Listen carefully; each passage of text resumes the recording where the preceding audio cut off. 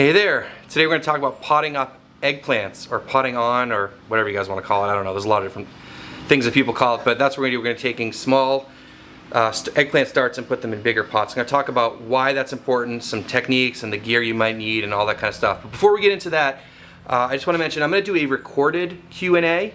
So it's different from my live Q&A. So if you have questions you'd like me to address, leave them in the comments below, or you can send me in a DM on Instagram, and I'll leave a link down below for my Instagram as well. And so right now I'm inside my nursery. This is in my garage. I used to grow all my microgreens in here, but I've always done starts this way. And it's a really great way to get a lot of starts in a small space. And that's one of the reasons potting up is important, but we'll get to that a little bit later. And so behind me here we got things like kale and celery, and of course the eggplants. These are the eggplants we're going to pot up today. Green onions, couple sets of lettuce. So a lot of stuff going on in here, and you can grow a lot of stuff. And if you're interested in this setup here, I'll leave links down below for this gear. You do not need this gear in particular, but I'll just show you what I'm using. I've had really good results with it, and I can get a lot in a very small space, and I've had a really good luck with it. So let's get on to potting up eggplants. All right, so another video from the potting bench. I know I did one yesterday, but this is what I'm doing right now, so I'm going to share it with you. These are the eggplants that I have going right now, and this is a 128 cell tray, so I can get a lot of eggplant plants in here. This year I'm growing Nadia and Orient Express. These are both from Johnny's, and I'll leave links down below. I grew a few varieties last year, and that was the first time I ever grew eggplants. And these were the two that I liked of the ones I tried. Nadia is like a big black, the standard looking eggplant, and Orient Express are those long skinny purple guys, and those guys are really early producers, so that's cool. But let's talk about the pros and cons of potting up and doing this kind of, you know, this is really applicable to like peppers and tomatoes and eggplants, obviously. So one thing about potting up the tomatoes or eggplants is that you get a much bigger plant going out into the field.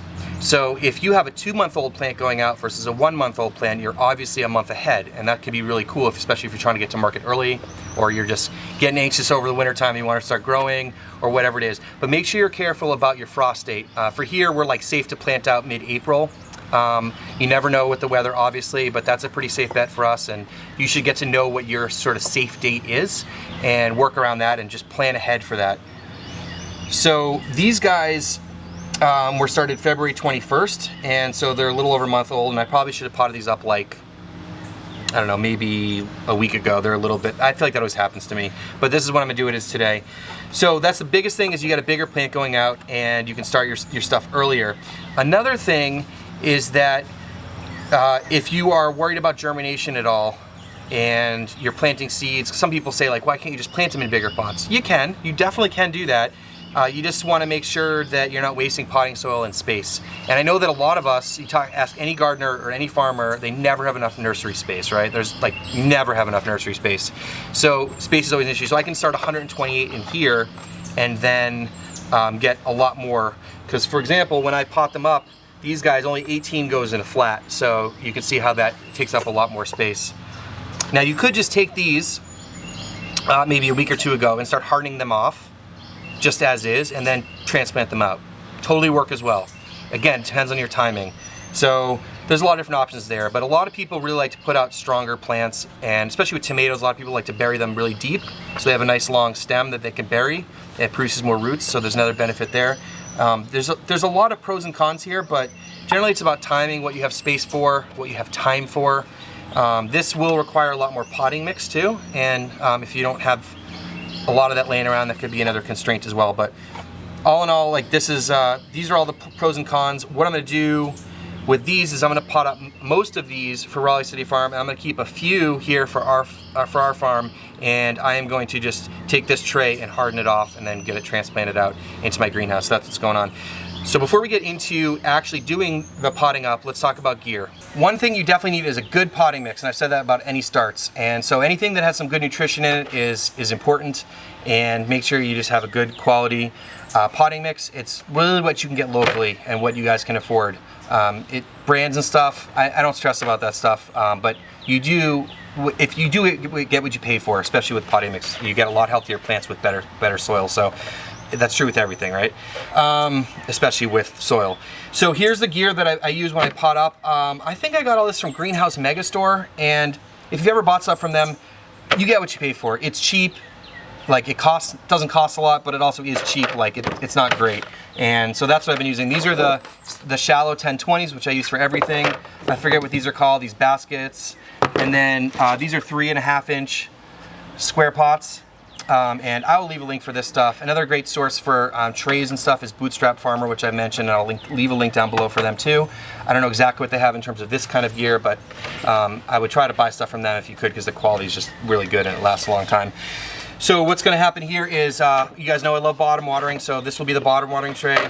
The basket will sit in here, and then the trays, the pots will sit right in these trays like this, and I can get 18 inside one flat, and so that's what we're going to do. So now that you have the gear, what else do we need? You also need a wand like this, which I've mentioned before. So any sort of soft spray wand or something like that is great for your nursery setup.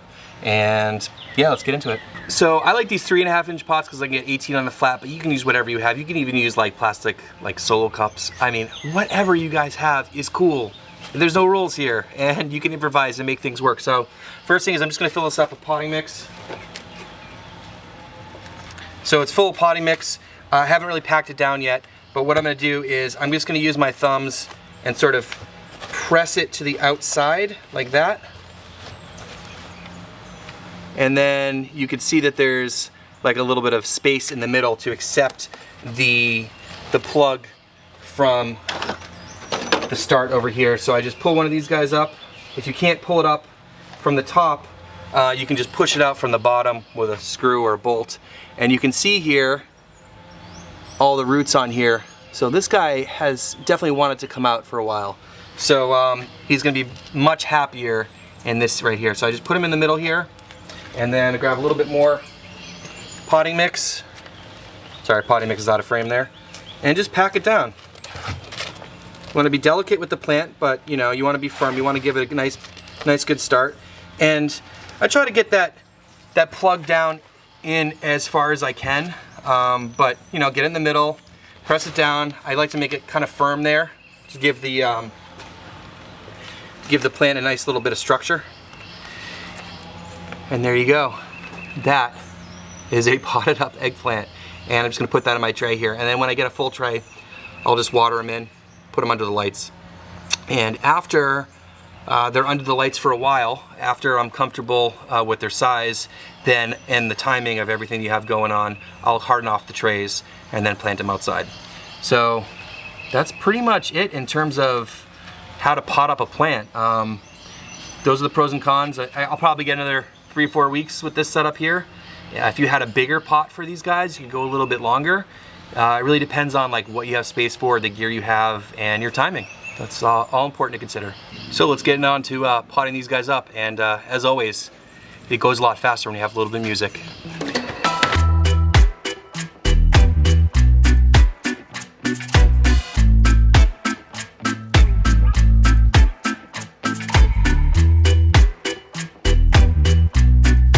You guys motivated to grow some food yet? Back to potting up.